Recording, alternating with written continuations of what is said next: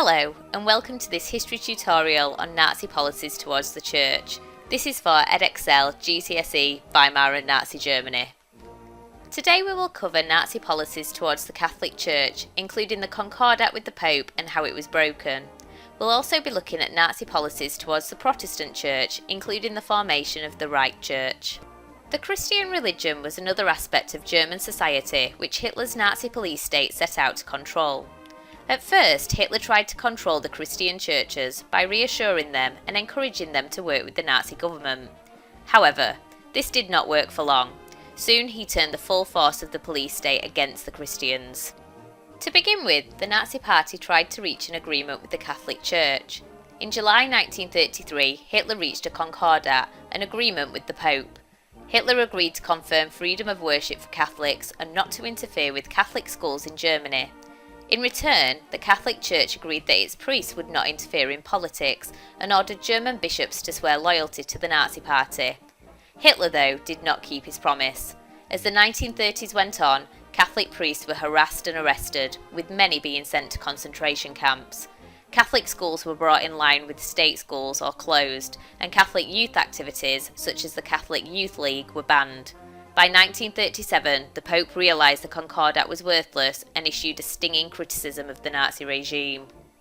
The Protestant Church also clashed with the Nazi Party.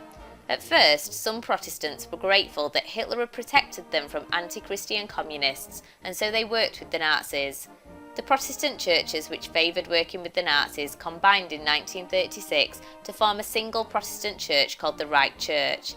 Its leader was Ludwig Müller. Hitler made Müller the Reich Bishop of Germany.